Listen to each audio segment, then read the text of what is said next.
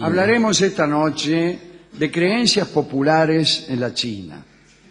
Así que vamos a ubicarnos, ya que la China señala un amplio territorio y un amplio lapso. Sí, señor. De manera que precisemos, estaremos en Hanzhou en el siglo XIII. Y más precisamente, en los años previos a la llegada de los mongoles que llegaron en ese siglo. Como recordamos hace algún tiempo, aquella ciudad fue considerada por Marco Polo la más grande entre las ciudades del mundo. Vivían allí 1,5 millones de personas. Marco Polo, que llegó también en ese siglo, pero a finales del siglo, Sí. y se encontró ya con los mongoles, aunque para él eran chinos. Eran chinos, y además, cuando para ellos era claramente la ruina, de la decadencia de un imperio, para Marco Polo era la grandeza Claro. sin límite, ¿no? Qué cosa. Hemos hablado ya de la arquitectura de Hanzhou, sus incendios, sus borrachos, sus fiestas, sus barrios de la diversión, sus vendedores, sus ladrones, sus cantantes y sus prostitutas. Sí, señor. Sin embargo, además de ese 1,5 millones de personas, para los habitantes de Hanzhou, la ciudad aparecía también superpoblada por divinidades, por espíritus, por genios, demonios y espectros. Las divinidades eran divinidades menores, ¿no? Ancianos sabios o grandes poetas divinizados, héroes guerreros y también, a veces de un modo más abstracto, emanaciones del suelo y de las aguas. Así los habitantes de Hanzhou adoraban árboles, piedras, ríos y montañas. A este respecto, sorprendido, Marco Polo refirió la extraña escena de un hombre que azotaba una piedra cuando las lluvias se prolongaban. Luego el hombre le dijo que para poner fin a las sequías debían arrojarse sobre determinada orquídea zapatos de mujer. Bien. A eso le llamaban pensar.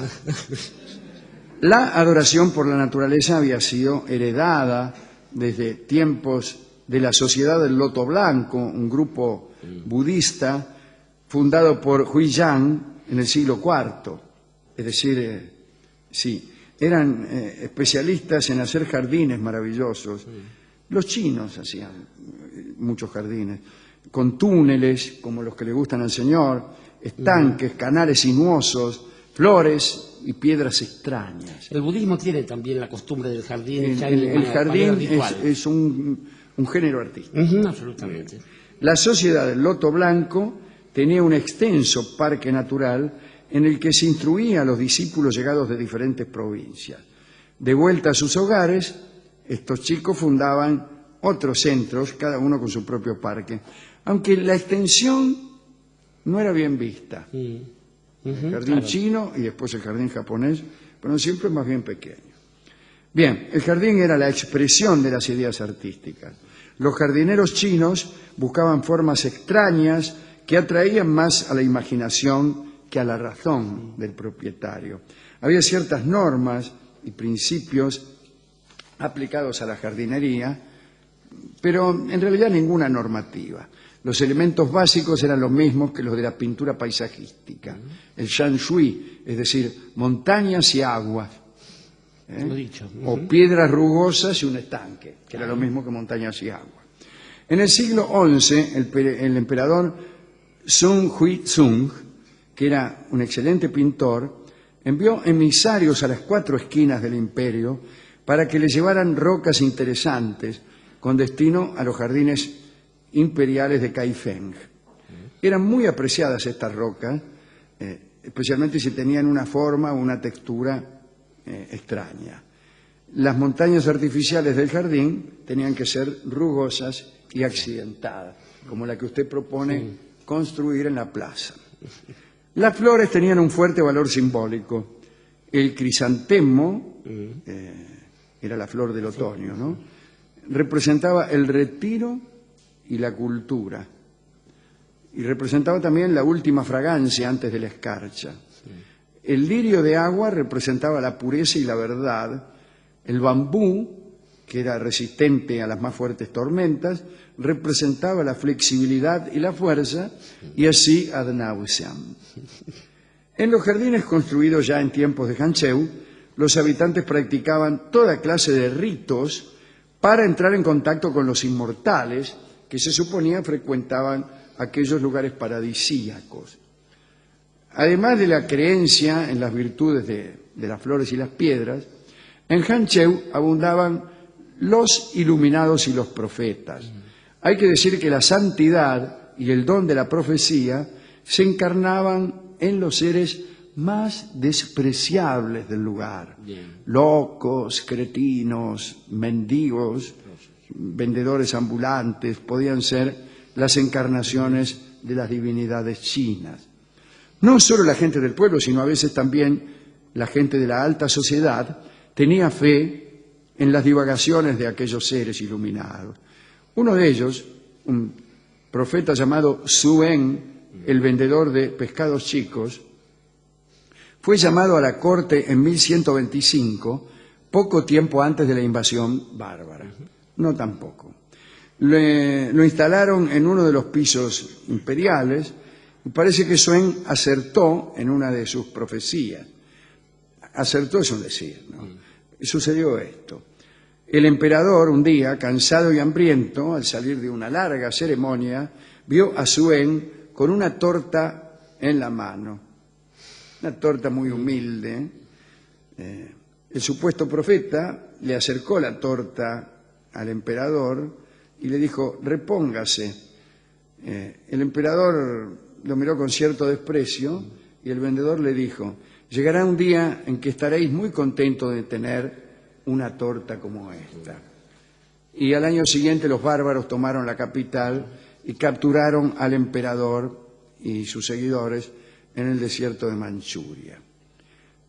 Y seguramente el emperador habrá deseado aquella torta, etc. Más allá de su contacto con emperadores o habitantes comunes, los profetas tenían la posibilidad de emplearse en el marco de sociedades secretas. En Hancheu había cientos de estas agrupaciones.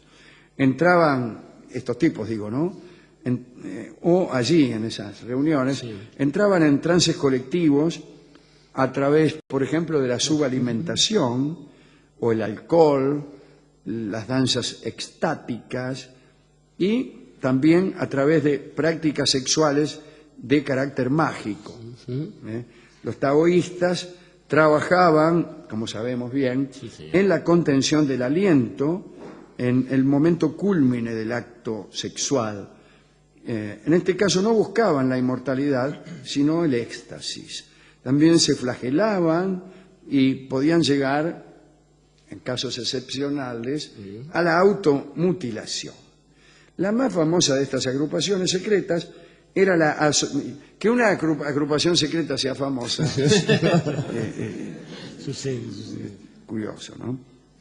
Pero estaban los tipos de la Asociación de Seguidores de las Sombras. No está mal. El patrono de la secta se llamaba Chang Kio. No, repito, Chang Kiao. Los adeptos, alimentados gratuitamente, debían comprometerse, merced a espantosos juramentos, a no revelar el nombre de sus asociados, a no violar las prohibiciones religiosas, por ejemplo, comer carne, tomar alcohol, ¿no? Etcétera. La violación de cualquier regla implicaba alguna clase de tortura. ¿Por qué la tortura? Porque para ellos la muerte no era castigo. Entonces no podía haber pena de muerte. Esta asociación proclamaba que la vida era sufrimiento y admitía que la muerte aportaba una liberación definitiva. Así la forma de asegurar la salud de alguien era matándolo.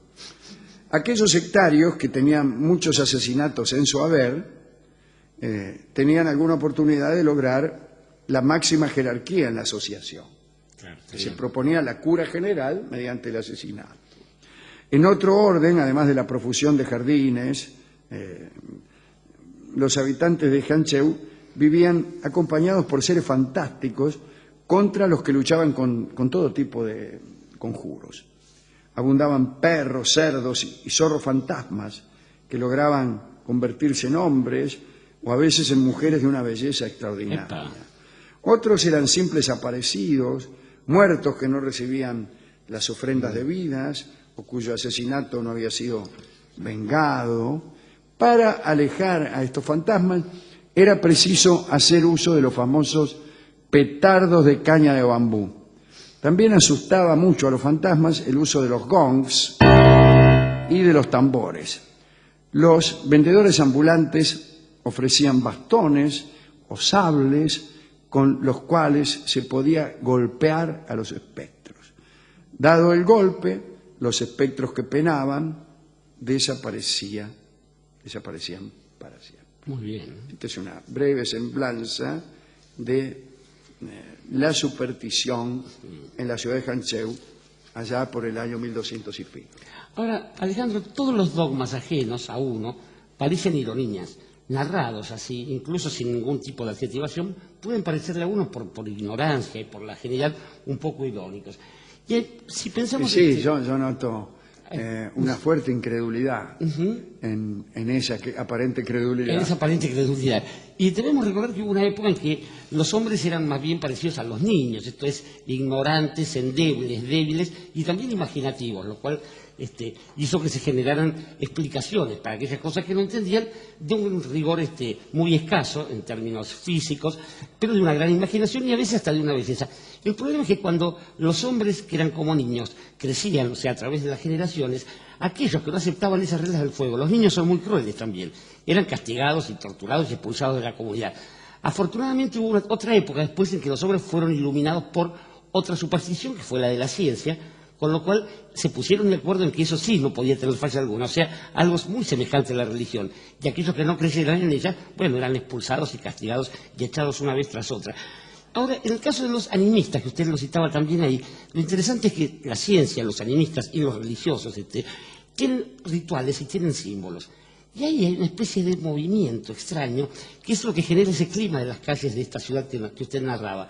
Porque el ritual se confunde finalmente con la creencia, con el dogma. Gente que va a la misa y cree que está en contacto con la divinidad, o bueno, sostiene eso, o símbolos como cruces o estrellas o lo que fuera, y cree que eso le permite estar en contacto con esas cosas. Pero tanto se van acostumbrando que desaparecen esas presencias y quedan solo eso que encontró Marco Polo cuando llegó a la China de ese momento, un esplendor, una cáscara, una cosa vacía. Eso me hace pensar que también no hace falta recurrir a las grandes creencias. El símbolo había sustituido a la cosa enteramente. Enteramente, y esto es tremendo. Estaba lleno de símbolos de nada. Y eso sí que debe generar que los hombres se sientan solos en el planeta. Pero digo, no hace falta ni siquiera llegar hasta el terreno de la religión o la ciencia, porque cotidianamente, a la hora de algún desengaño amoroso, a la hora de una disputa política, a la hora de comprometer la propia palabra, habrá alguien que no crea y que inaugure nuestra anulación como personas o como generadores de algún tipo de magia. Y ese es el punto en el que, cuando uno no sabe cómo oponer un sortilegio real, algo más de indignación que de la incredulidad, algo así como, parece mentira. Y parece mentira es un balsecito escéptico que escucharemos ahora mismo en la voz de Nelly Omar.